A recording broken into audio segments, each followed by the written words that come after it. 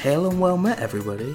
Welcome to Geek, Thyself, a show by nerds, for nerds, who love geeking out over random facts and esoteric trivia. My name is Heather. I'm Russell. And we'll be your hosts for this journey through the wondrous land of information.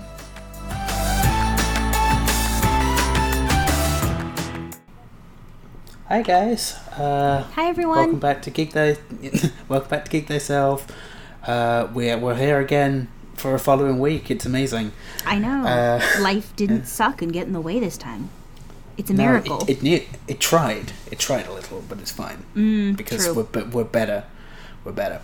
So but we beat life. A couple weeks ago. Yes, we did. We beat life. We beat the game of life. Okay.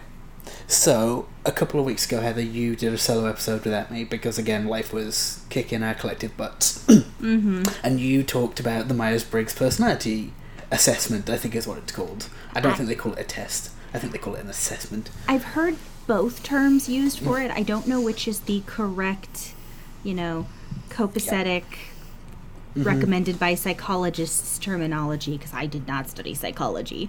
I did a full... I didn't do that either. Right? And I did a full disclosure during that episode, and I'm saying it again. I am not a psychologist. I did not study psychology. I have taken the Myers Briggs test a few times, and I've studied it a little bit because I think it's a very interesting idea, and because I think it's an interesting, not perfect, but useful way to kind of break down how different people think differently, and what that can mean in terms of their communication, and also how they process information. Yeah, I think I agree with a lot of what you just said. Like, it's certainly not something to set your whole life around, but it gives you a nice idea of where to start. Especially if, for some people, just don't know how they feel about that kind of thing. Like, I mean, I was pretty convinced I was going to be an introvert when I looked at the thing. I'm like, there's no way that's not happening.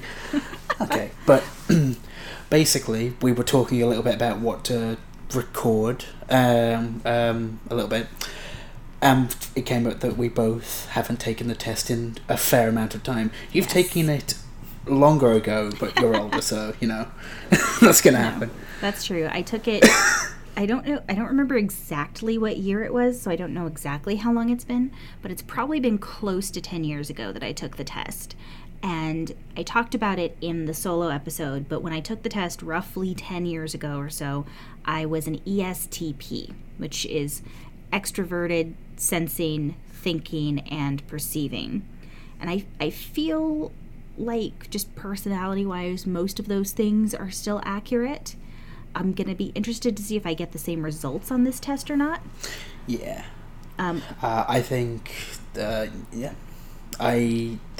on.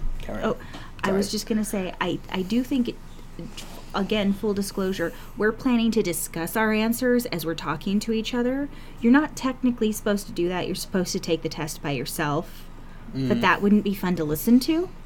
No. Like, just a load of clicking. Click. Yeah. Click. Great podcast. Yeah. Well, and us occasionally mumbling to each other like, do I agree? Yeah. So, we're shaking it up a little bit. Whether that's going to affect our answers for having someone here, we don't know. I took the test, I think it was about 2015 when I took it, so it's 4 to 5 years ago-ish, and I got INFP, which is introverted, Intuitive, that's it. F is feeling, and P is perspective. Or perceiving. I've heard both terms. Perceiving, yeah. So I feel most of that is probably still going to be the same because I'm very much led by my emotions. So we will see how this all goes. We're basically just planning on going to do the test together, and we'll see what this thinks. Okay. Are you ready on the test? So, do you just want to go back and forth? I'll read a question and then you read a question? That's probably the fastest way for us to do this. Yeah, I love that. That's a great idea. Okay. So the first one is, you enjoy vibrant social events with lots of people. Oh, the thought of that is already making me quiver. See, here's the thing. It depends on the people. Like, Well, yeah. Yeah, I would agree with you to a point, but I think the fact that it says lots of people, like, this makes me think, like, you would go to a huge party. You would go to, like, a big gaming convention and enjoy it, despite how big it is. Like, you know what I mean? Or something like that. You see, I would enjoy going to a big con, but I wouldn't enjoy being at a big party. Yeah. So, I mean... See, that's... Like, it really depends on the people, on the environment, like, social events with lots of people. If I know a lot of people, like, going to the Nerdsmith event, there were a lot of people there, but I was fine, because I knew most of the people. If it was just a lot of people and I didn't know anything, I would hate every moment of that. So I think, for me, I'm going to have to click wanting to disagree at the very least. Yeah. Just because thinking about it at all in some bits is just like, nope. See, no. and for me, like, the Nerdsmith meetup that we had at WonderCon, for anyone who isn't aware, we had like 40 or 50 people show up, give or take, throughout the evening. For me, that's like the same size as a family gathering. Wow.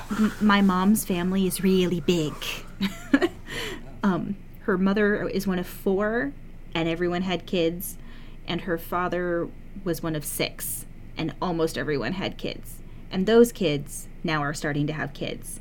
So if you include all the generations, my family get-togethers, like just my grandmother's side, I could have like 50 people there. Yeah. So for me, that's like meh. It's like nothing. So what you're saying is you're the odd one out by not having kids. Well, yes. No, so it's okay. I get to spoil my niece instead. Hey, yeah, that's totally fine. And your cats, because they're just as good. So yeah, I think I have to click slight disagree, because even the thought of that is giving me the skeevies, so... See, and I said agree, because I like being around people. I'm used to big family gatherings and things, so if it's with people I know, I could easily hang out with like 40 people.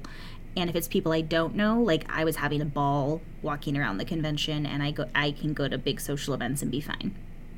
You often spend time exploring unrealistic yet intriguing ideas. Absolutely. This is the big yes. We play Dungeons and Dragons on a regular basis. This is the biggest yes I have ever had. Like, yeah, I don't think there's any chance of it not being wholeheartedly agreed for both of us. Yeah, I would say the same. Like, with all of the role-playing games and everything we play, we basically live part of our lives in a world that is just unrealistic and intriguing ideas. Yeah, with magic, and like everyone has tragic backstories with their parents. Yeah, quite often. All right. So that was a really easy question. Next one. That one was quick. All right, the next one is, your travel plans are more likely to look like a rough list of ideas than a detailed itinerary.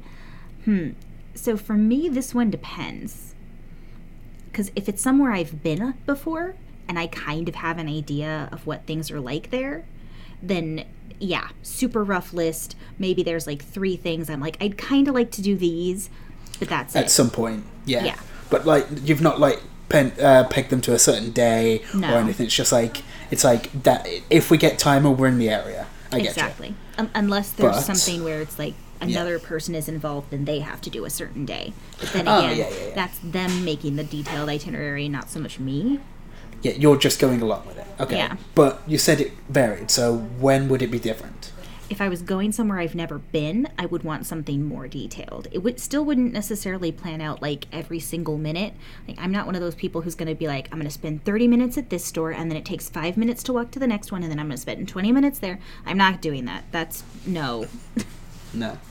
Okay, I'm going to tell you something that you're going to probably find repugnant. And the travel plans for me coming to America were so blank. Like, I'll get there sometime. I'll get through security, I guess. And then this is why when I missed my first plane, well, it wasn't my fault, but I missed my connecting flight from San Francisco into Los Angeles. Well, and then you hung out with Tessa and Logan.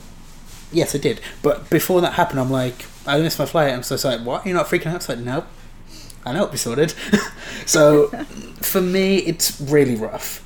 Like, when it comes down to, like time crunchy things, like the con, like, there were certain things, like, oh, that's happening then, so I'll make sure I'm there. But generally, I'm fine to just go with whatever. Okay, so this question is asking us are you more likely to have a rough list? And I think we both leaned in that direction. Yeah, I'm going to put middle agree. Yeah, I think I'm going to go the lowest level of agree because I have a couple of caveats on mine. Sure. Okay. So this one is your one. Okay. I think. No, it's you. Is it me? Yeah. Yes, it is. You often think about what you should have said in conversations long after it has taken place. Yep. Oh, 100%. Like, even if the conversation went well, yes. How could it have gone differently? How could it have gone better? Yeah, absolutely. Every single time. Yeah. I will say, I guess, not with every conversation. But even, like, important conversations. Yeah, but I'm going to go with the middle agree.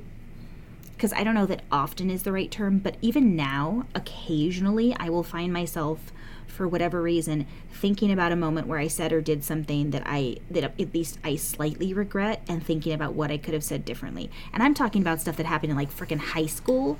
And tell me about it. I've been out of high school for almost 2 decades. So that's a long time for me to have something stuck in my brain. Yeah, I probably think of a past conversation, like, not the same one, but other, like, different ones, at least, like, 3 times a week. So there's no way I can't put fully agree for that. Yeah, so it's just for how I am. Mine's not quite that high, but it happens often enough that I'm going to go into the middle agree. If your friend is sad about something, your first instinct is to support them emotionally, not try to solve their problem. This is an awkward one. Yeah. Because it depends on the person. Well, for me, it depends on the person, but it also depends on what their problem is. Yeah. Like if there's... Because if it's something I can... Well, I was just going to say, because if it's something you can fix fairly easily, like if they're sad because... I don't know, they're sad because they spilled something on their t-shirt. That's something that you can help them fix. So yes, I'm going to try to help them solve their problem. If it's like, I have a broken heart, then that's a little trickier. Yeah, I think this question is more leaning towards those kind of conundrums, like not things that can necessarily be sorted, or that could be sorted with a lot of effort, I guess, like with like a plan. Like, I don't know, like you failed college. Like you failed a semester.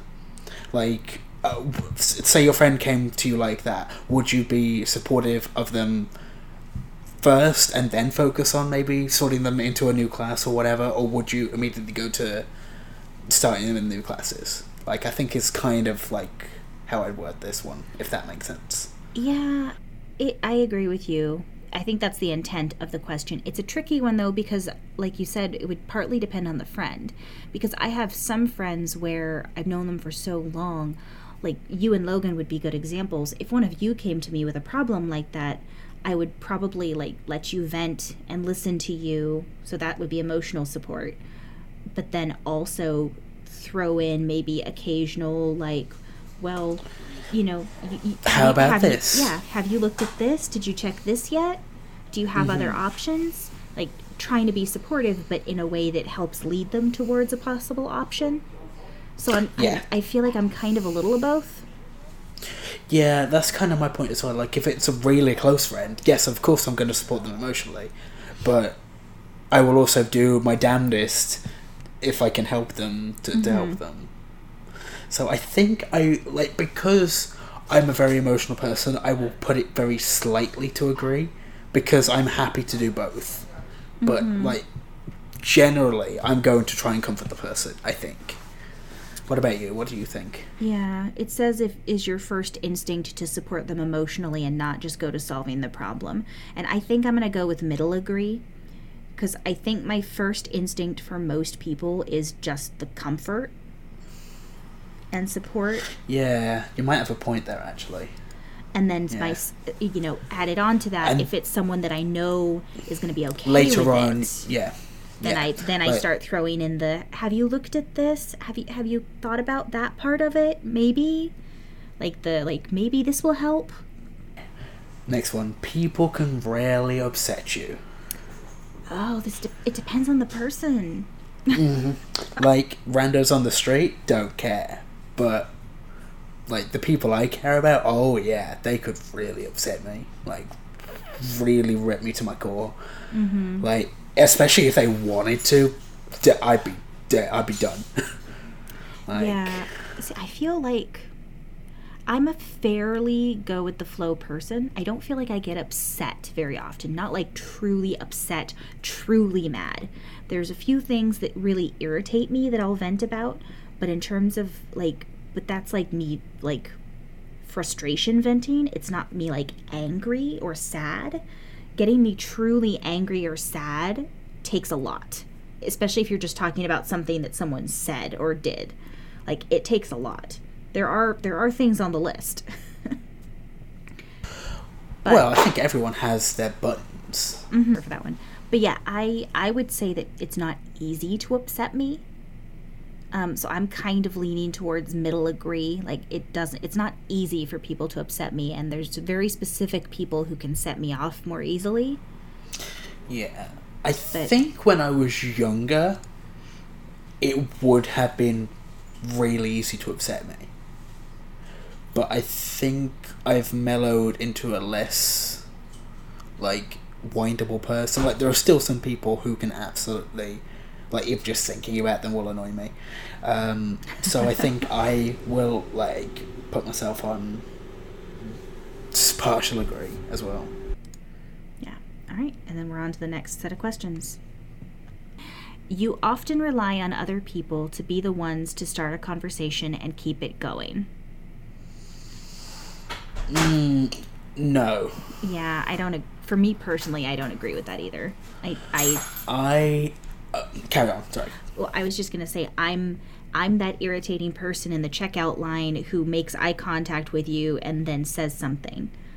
If someone wants to stop the conversation, like clearly doesn't want to keep talking, I'm not going to keep going. I'm not going to make them keep talking to me.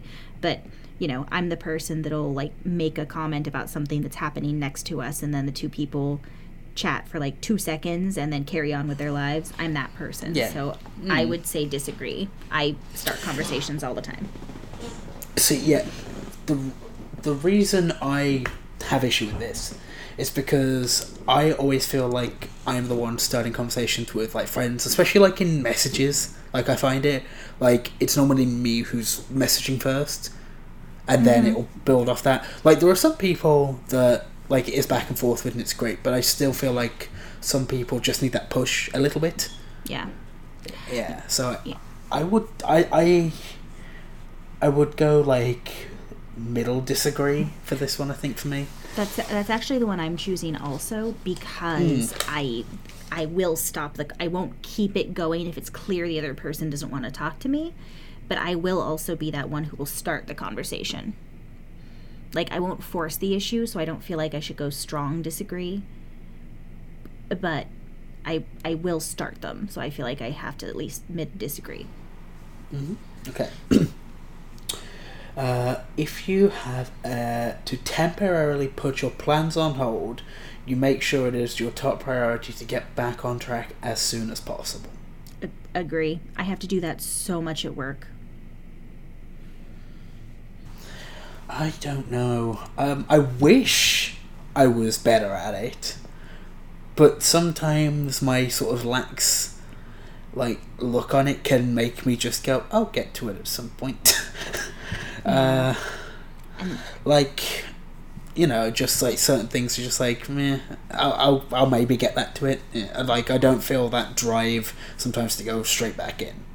Yeah, and for me, for anyone who isn't aware by this point in the podcast, I work at a veterinary hospital, and in veterinary medicine, especially at our hospital, because we're smaller and we don't have like segmented areas, so it's not like we have just reception, just treatment, just surgery. Everybody does a little bit of everything. So constantly you'll be working on something, you have to pause it, you have to go do something else, and then you have to go back to what you were doing. It's like a constant thing in my life that I do on the regular. So I feel like for me this is a strong agree, because on the day-to-day I am doing this 20 times. Yeah, that's fair. So yeah, no, just with me, like because it's like it says planned, like day-to-day things, like that kind of thing with work, obviously I have to get myself back on track, and I could do that. But like for like bigger, like overarching plans, I'm like, I'll get to it at some point. You know, that's just how I feel. Okay, so next one. You rarely worry if you made a good impression on someone you met. This is a tricky one, because there's so many of these where it's like, it depends. Because there's people where I don't give a crud if I made a good impression on you or not. And then there's like, you can hate me, I don't care. And then there's other people where I really want to make a good impression. Yeah, like with me, like going to America, yes, I knew all of you first. I'm aware of that. But the first impression of like in person, I was just like, what about if they decide they hate me? No, we didn't hate you. In fact, I dragged you into my podcast. Yes, that happened. But at the point, like, I was... I worry a lot about it.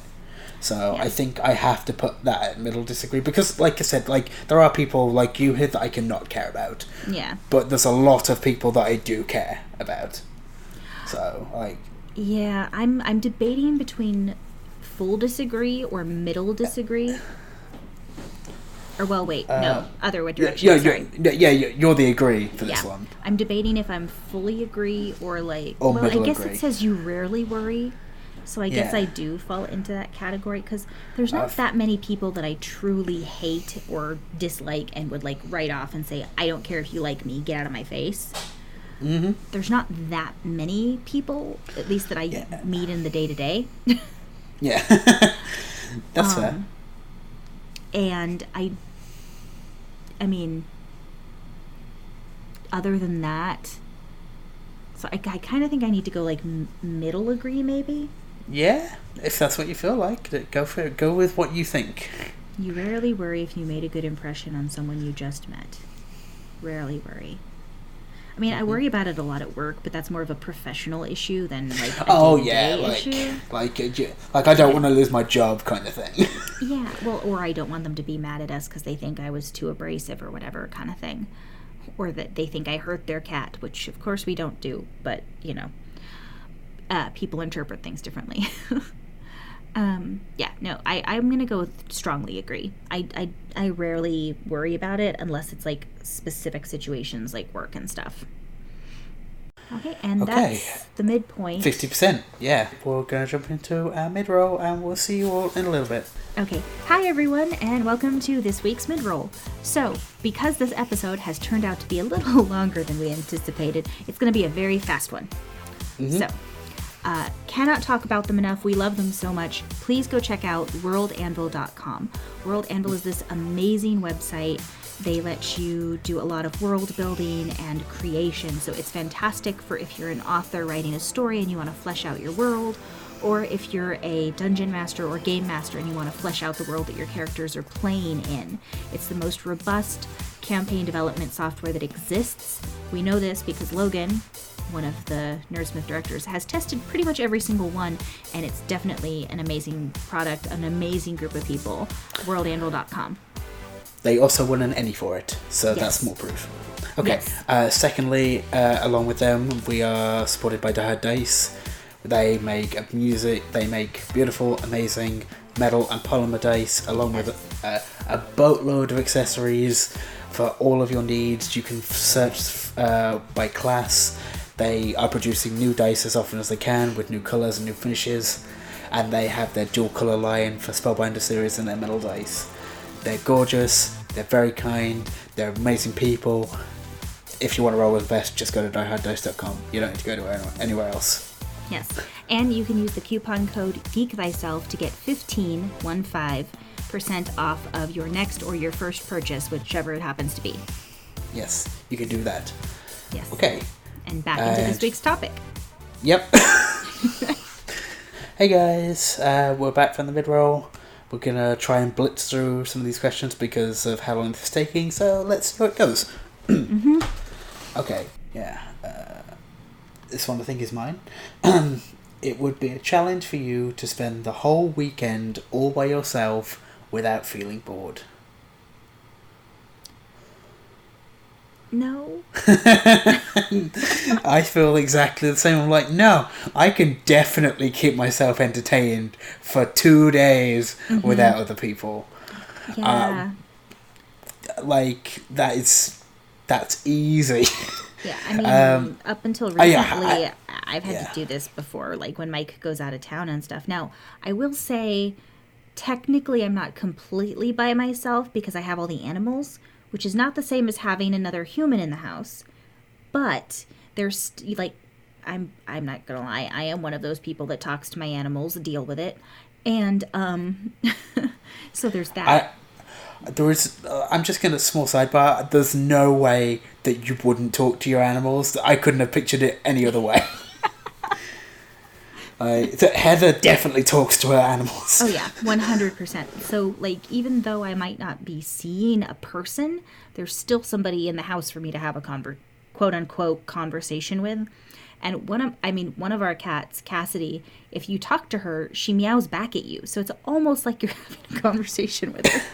Oh wow. Yeah, and full on, like, even the meows change tone. Like she's actually answering your question practically. Is what it sounds like. I realize logically that is not what's happening. Please don't at me as being a crazy cat lady. I know she's not actually answering me in like cohesive thought, but she does change the tone of her meow as she answers you. So it almost seems like she is.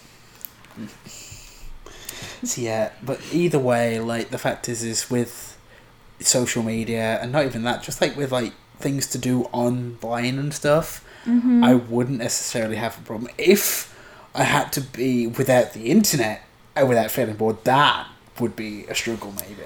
Yeah, but I have to agree. I could, but then I could also just listen to an audiobook. Like the fact is I can be introspective and have that time without anyone else. I would read a book. I have so many books. I would read books. Yeah, so I'm going to have to say disagree. I'm going to go with mid-disagree, just because of those caveats that you just mentioned. Like, if I didn't have internet or if I didn't have XYZ, plus I've got the animals with me, which mitigates some of the boredom you might normally feel because you're taking care of another living thing. Yeah, that's fair. So I'm gonna go with mid-disagree. Next question. You are more of a detail-oriented than a big-picture person. See, I lean towards agree. What? So you focus on details rather than the bigger picture? Sometimes. I mean, I feel like I lean at least slightly more in that direction. There's a reason that when we were figuring out who was going to do what among the Nerdsmith directors, I was assigned operations. Just saying. Yeah, that's fair. There's a reason I ended up with that one. And I feel like for me, like if we're discussing a big overarching topic, yes, I'll be part of the conversation of the big picture. But quite often what happens in a conversation is we'll be talking about some big idea. And you'll be focusing on the little things. Yeah. Yes. My first thing will be like, okay, but what if X happens? What about Y? Yeah. What about Z? Like I start asking about some of the little aspects of it. So I feel like I have to go with at least mid-agree. I'm not too sure. This one's a difficult question for me. I don't know. Do I focus on details? I mean, I guess I do. I think. Well, I guess a good. Yeah, like I don't really know how to judge this one. Well, yeah, because you're not having to do something like the big Nerdsmith thing that I just mentioned. Maybe a good way to look at it would be like. Okay, well, like when you were going to university, were you thinking like, this is the overall degree I want to take? Or were you already thinking of like, this is the overall degree I want to take, so I'm going to need this kind of class and this kind of class and this kind of class and this kind of class and this kind of class? With UK University, it's not quite that sophisticated. Oh. Unfortunately, all of my modules were core modules. So Okay. I didn't get to choose what I was doing. But I actually just thought of a way of doing this because I was thinking about work. Like, when I get into work, I think about all the little jobs that need to be done rather than... like, I have to do this, I focus on them, and then I'll go, okay, this needs to be done, and then this needs to be done, and then I can do this and this and this. So I think I'm going to have to agree slightly, just because that's how my brain works when I'm not thinking about it. So, That's a good way to look at it. Yeah. So I'm going to put middle agree for that. Okay. Alright. You are very affectionate with the people you care about. Oh boy, yes. This is the biggest yes that I've clicked so far. Yeah, I also have to go with agree. Yes, I am very affectionate with the people I care about. I will hug them as long as they let me. Yes. Yeah. You give good hugs. Oh, that's very kind. Thank you. You also give good hugs. Oh, good. I'm much shorter, so my hugs usually involve my head in someone's chest because I can't go any higher. Yeah, you are a small. You're a small. I am a very small. I am Yes. I am 5 foot 1 inch. Oh boy. I is tiny. Yep. I'm not even 2 yards tall. You are nearly 11 inches shorter than me. Mm-hmm. Yeah. Okay, next question then. Let's move on from the sads, because we can think about hugs.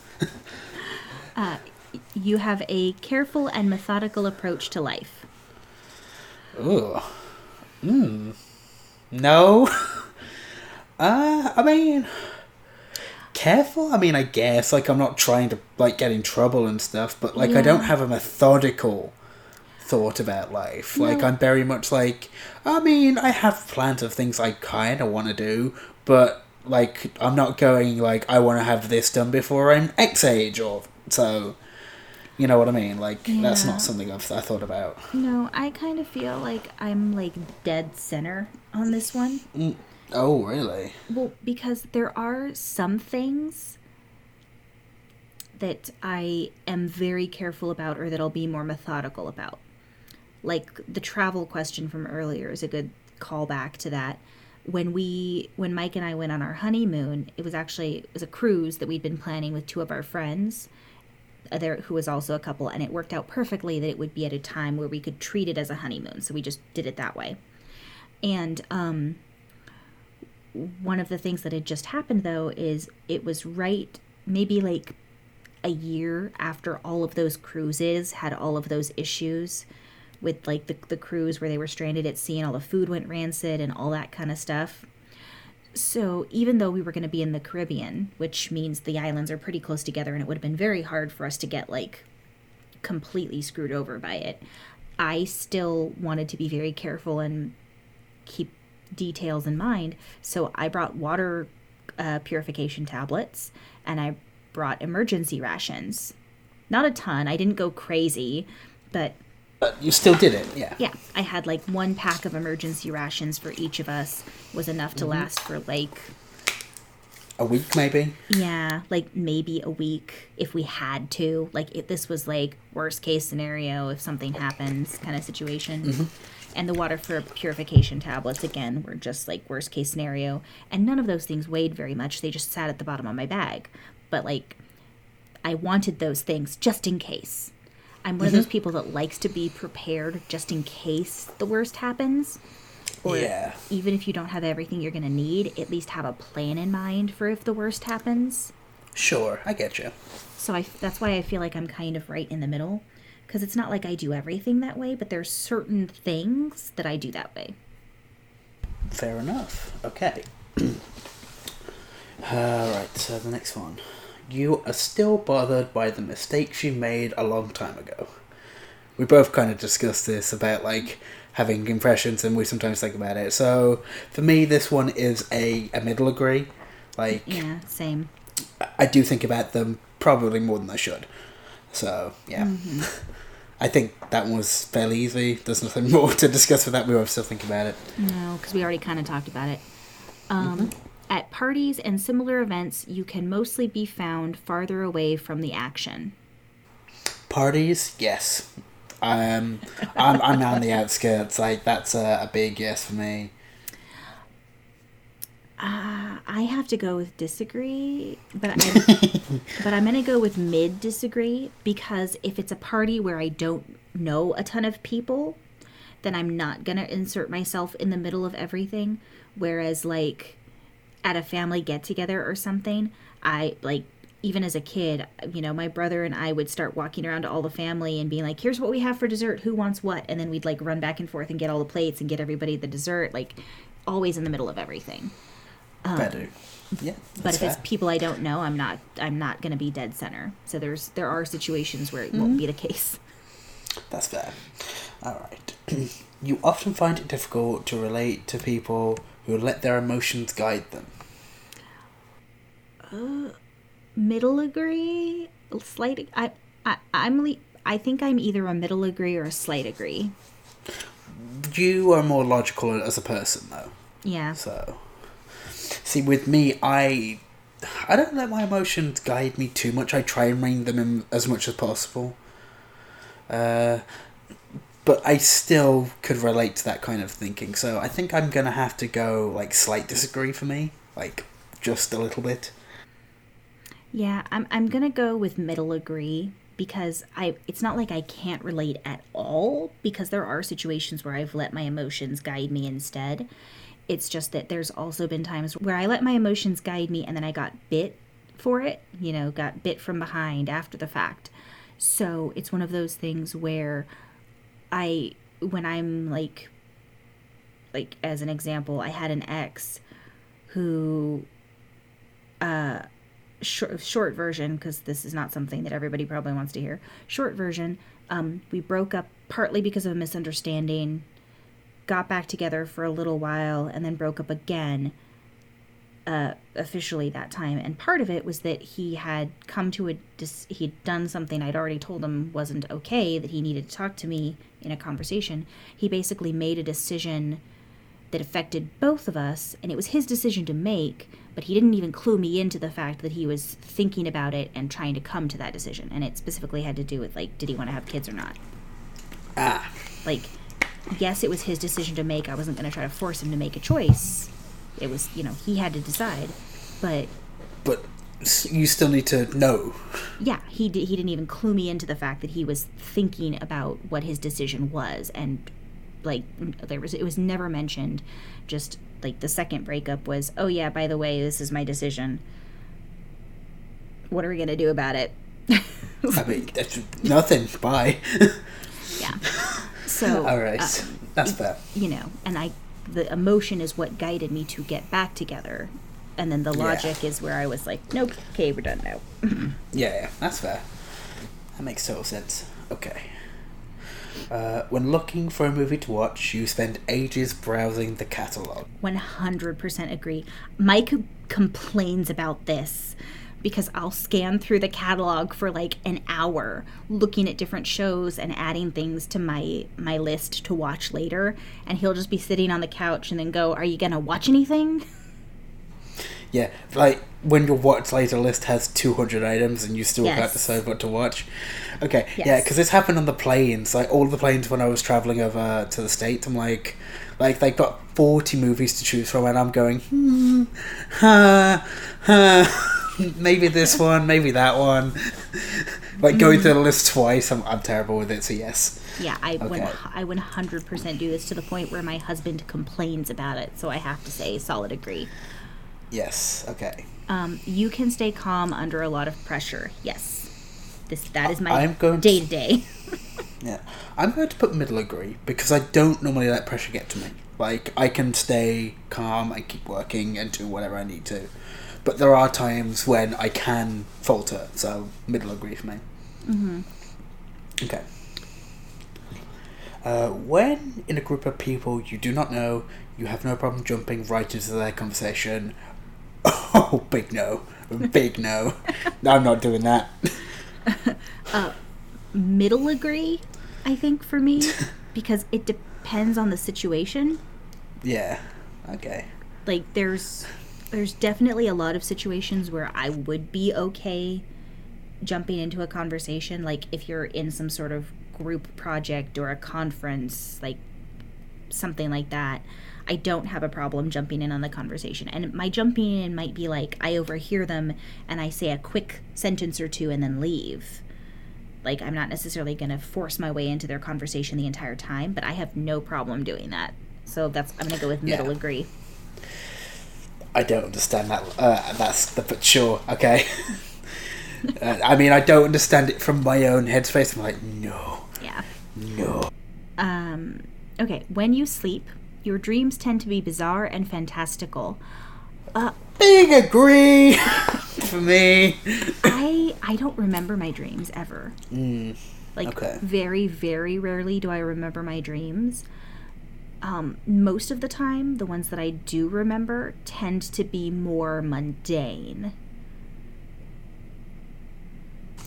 I know that when I dream, and when I used to daydream a lot when I was younger, they were always fantastical. They were always riding dragons and flying brooms and all that kind of thing. So it's got to be a big agree for me. And see, mine are, like, sometimes something weird will happen in the ones I can remember. Like, there'll be, like, an alien group that's arrived or something. Or there's, like, one thing that's weird. But a lot of times, the, like, aspects of it are a little less crazy. So I think I'm just going to go, like, right in the middle. Because I very rarely remember them. And when I do remember them, there's sometimes, like, a little bit is crazy, but mostly normal. Fair enough. Okay. In your opinion, it is sometimes okay to step on others to get ahead in life. No, I'm the same. Like, even the thought of that. No, I couldn't step over people to get that. That's a disagree for me. The problem is here too with the phrasing, like step on others specifically has a negative connotation, and that's where my disagree is. If you're talking about like being good at what you do and maybe you beat somebody else out for a position because of it. Yeah. No, that's fine. That's different. But like specifically stepping on others, I'm like, no. Oh, you both are really good for this, but I'm going to make sure I get it because no. Like by actually influencing their thinking somehow, no. Yeah, no. I'm going strong disagree. You are dedicated and focused on your goals, only rarely getting sidetracked. I can get sidetracked quite a bit. I can too. Yeah. That's I'm going to put that as a middle disagree because, yeah, I have goals, but sometimes like my mind can just wander to do other things and then I'll come back to it. So, yeah, I think I'm going to go slight disagree because I can focus on a single thing and really work on it for a long time, but I also can sometimes get distracted. So I'm like a slight disagree. I think it's more than rarely, but I don't think it's like often. Okay, if you make a mistake, you tend to start doubting yourself, your abilities, or your knowledge. This is one of those ones where, again, I feel like it partly depends on the circumstances. I think I'm going to go with slight agree. I am also going to go with agree, but I'm thinking whether it's middle agree or slight. Yeah. Because I can make a mistake and move past it, but I can doubt myself a little bit from it. So I think I'm going to put slight agree as well. That's kind of where I'm at with it, because the thing is, like, everyone makes mistakes. That's the thing. Like, no one is perfect. Everyone's going to make a mistake. Now, do I look at myself and go, wow, that was a really big screw up. What did you just do? Yeah. But do I then start, like, dwelling on it? Or not necessarily. Not most of the time. Hi guys, this is Russell from the future here. As we were editing this episode together, we realised it was far too long for one episode, and we didn't really want to cut anything because this is a fun topic, and it's quite personal to all of us. Well, me and Heather. So we've decided to cut it midway through. We'll cover the rest of the questions in the next episode along with our responses and what our answers are. And then we'll also talk a little bit about the other results that we didn't get in that one as well. So if you'd like to keep listening to all this, please feel free to join us next week. Thank you so much for listening. We love you so much. Bye, guys.